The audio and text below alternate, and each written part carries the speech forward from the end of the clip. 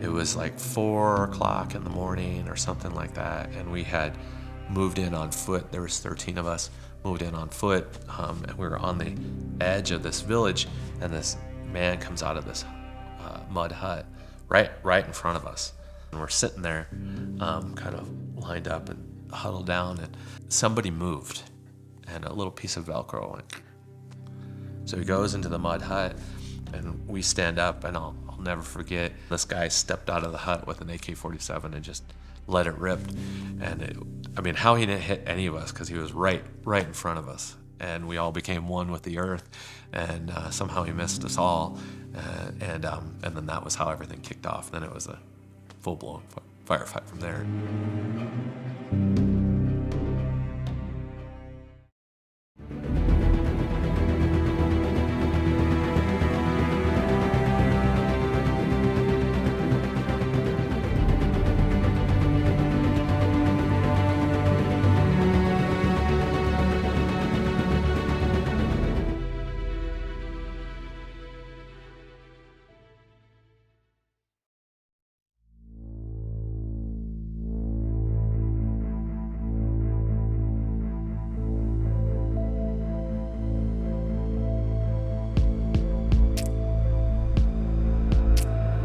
We were really trying to figure out what Marine Special Operations was going to be. How are we going to contribute to this mission in a unique Marine Corps way? I came in, got my qualifications as a JTAC, then quickly became an instructor, one of the first Special Operations JTAC instructors in the Marine Corps. And then we deployed to Afghanistan, Western Afghanistan, Helmand, and to the west. In Afghanistan, we were split up across that area and started executing missions in Western Afghanistan. And some of the biggest things that we were doing was hunting down Taliban leadership and those that were training IED emplacement. A JTAC, Joint Terminal Air Controller, is the person that's controlling and coordinating aviation assets on the ground. Bomb on target, best weapon to target match. And it's not just as simple as, hey, there's a F-18 or a helicopter or something like that, and you're controlling their strikes or deconflicting the target from friendly forces. You're going to make a decision on how to weaponize that target, like which assets are you going to use, which assets are you going to request, and how are you going to control them in that space. And that's why the Marines use a lot of aviators to do this. You come prepared with thinking in 3 dimensions, and you're used to working in a very, very dynamic environment.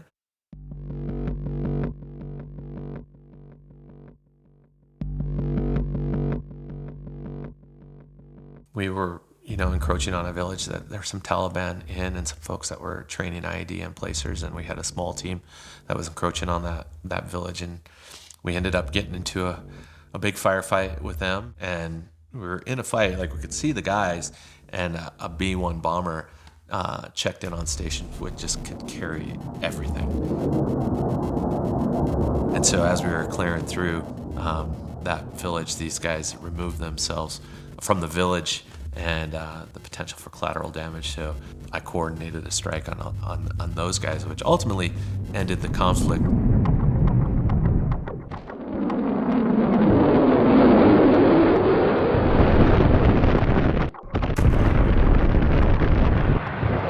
He dropped enough to ensure that the target was eliminated, that's for sure. The vibration and concussion through the village from those strikes hits you right in the chest.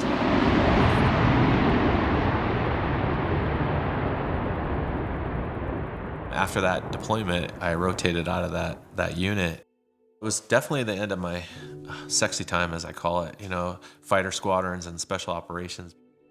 And the Marine Corps sent me back to school. So they sent me to get an advanced degree. And then after I got that advanced degree, I was assigned the job of running a schoolhouse in North Carolina, which is not as dynamic as F-18s and special operations, but it was a nice twilight tour. I made the decision to retire after 23 years. I very, very much cherish and value my military experience, I owe my life to the Marine Corps. Everything I have is because of my service in the Marine Corps and to the nation. And so I'm incredibly grateful for that, and will forever be grateful for that. But what it has done is it's set me up to continue to create an impact in areas that I value. Now I'm doing that in a different way.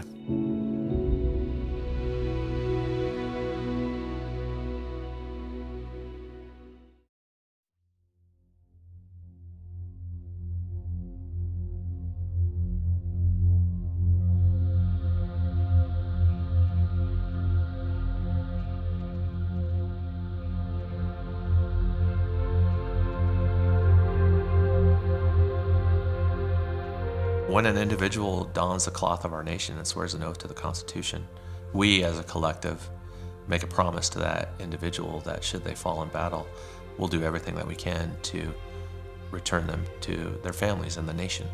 And that promise doesn't have an expiration date. And so Project Recover focuses our efforts on researching, searching for, documenting MIA sites, and conducting recovery of MIA sites to repatriate Americans that are still missing in action. There's a difference between somebody that's killed in action and somebody that goes missing. But when an MIA goes missing and they're likely killed, the family still holds on to hope. And what that does is it interrupts the grieving process. And so that family holds on to that loss for generation to generation to generation. Many times these family members that have been lost are in this mythical status, and there's all sorts of stories that are made up about them. But now they actually have the truth. The myth is no longer a myth, it's a hero.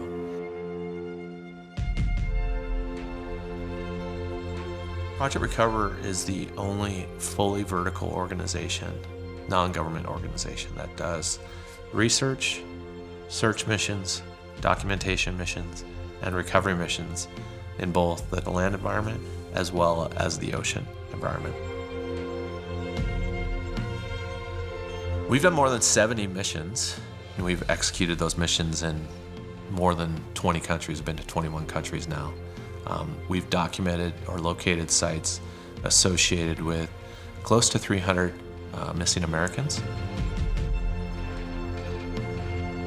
I first became involved with Project Recover in 2004. I went on my first mission in 2007, and from then on, I was hooked to the mission.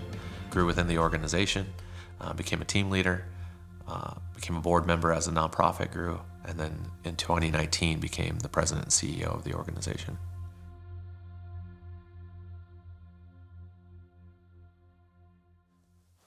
This is a B-24 that Project Recover located in 2004, and 8 of the crew were repatriated from this aircraft. And one of the biggest discoveries, especially early on, for Project Recover, and this is just a beautiful painting that Mark did.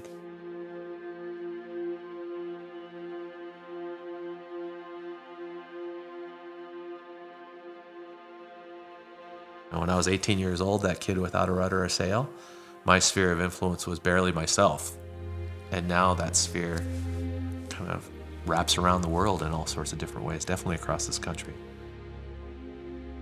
When I look back on my life in the Marine Corps and then into Project Recover and other areas where I put energy into for my life, it kind of all supports this personal mission statement that I've developed. And that mission statement is, I want to have a positive impact on as many people as I can throughout my lifetime.